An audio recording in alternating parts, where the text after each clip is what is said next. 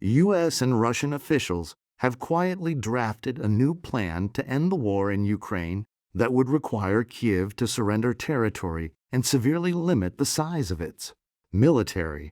It was reported on Wednesday as Russian drone and missile strikes killed at least 25 people in the city of Ternopil.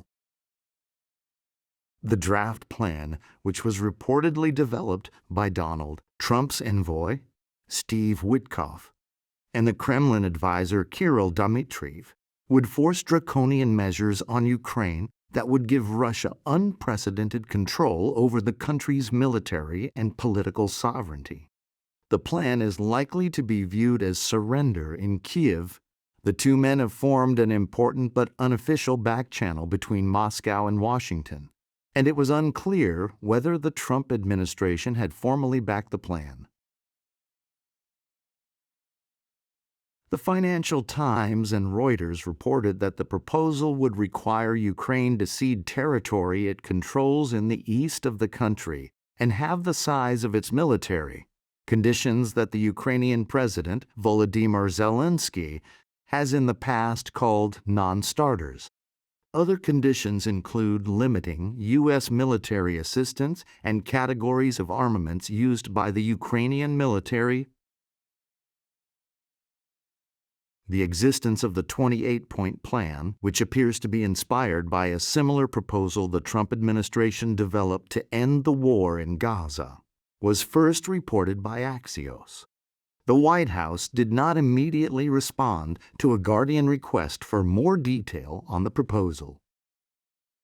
Washington has repeatedly suggested that it is close to a peace deal between Russia and Ukraine, but the proposals have failed because they would have granted Russia most of its demands while requiring Kyiv to make painful concessions. The leaked reports came as Russia launched a massive attack in western Ukraine targeting several multi-story buildings in the city of Ternopil, as well as energy facilities in Ivano-Frankivsk and Lviv. Russia is engaged in a systematic campaign to destroy Ukraine's civilian power infrastructure ahead of winter. Oleg Shrytsishin, who lives on the 6th floor of one of the damaged apartment blocks in Ternopil, said that the smoke instantly cut off evacuation routes, leaving him trapped in his home. There were several loud explosions. When I tried to get dressed, there was thick black smoke in the entrance. It was burning, he said. It was impossible to get out, although I tried twice. The windows in the apartment were not broken. I knocked on the neighbors' doors, but no one answered. The man was rescued, and doctors treated him for high blood pressure. A video clip on social media appeared to show the moment a missile hit the building. Ukraine's Interior Ministry said 25 people, including 3 children, had been killed in the strike, with another 73 injured, among them 15 children. A witness, Yaroslav Tesliuk, said the strike happened at about 5:30 a.m., when most people were asleep. I heard a loud rumble.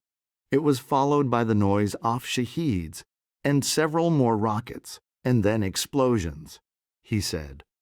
A fire started. I was told some people burned alive in their apartments because the strike happened when everyone was still asleep. The bodies were covered up. Some have already been taken away. Zelensky, who met the Turkish President Recep Tayyip Erdogan on Wednesday in what he described as an effort to reinvigorate negotiations and secure a just peace for Ukraine, urged Kyiv's allies to intensify pressure on Russia to end its nearly 4-year invasion, including by providing more air defense missiles. Every brazen attack against ordinary life shows that the pressure on Russia is insufficient, Zelensky wrote on X. Effective sanctions and assistance to Ukraine can change this. Potential peace talks have largely stalled in recent months as a result of Russia's maximalist demands. Zelensky is expected to meet a senior delegation of U.S. military officials on Thursday. The U.S. Army Secretary, Daniel Driscoll, arrived in Kyiv on Wednesday to hold talks with Ukrainian officials and discuss efforts to end the war, the U.S. Embassy said in a statement. Kyiv and Moscow have not held direct negotiations since the summer, and efforts to revive a diplomatic track have largely frozen since the last meeting between Trump and Vladimir Putin in Alaska in August. Despite Kremlin claims that it is open to talks on ending the war, Moscow has shown no willingness to scale back its far-reaching demands.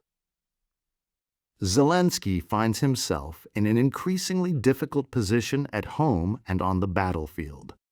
Russian forces have recently advanced into the strategically important city of Pokrovsk and are pressing forward elsewhere along the front, while a widening corruption scandal in the energy sector has erupted into Ukraine's most serious political crisis since the start of the war. The Kremlin spokesperson, Dmitry Peskov, denied on Wednesday that any significant progress had been made. "So far, there are no innovations on this that can be reported to you," he said. Russia's foreign ministry also said it was unaware of any new U.S. peace proposal. Its spokesperson, Maria Zakharova, said Moscow had not received any draft agreement on Ukraine of such a level from Washington. If the American side had come up with proposals, they would have been communicated through the established diplomatic channels between our two countries, she said. An incredible cell phone.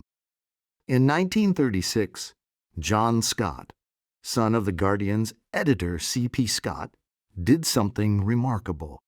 He gave up his ownership of The Guardian to create the Scott Trust and protect the paper's independence forever. That decision means The Guardian cannot be bought by billionaires, corporations, or political interests. Our journalism stays free to challenge power and tell the truth.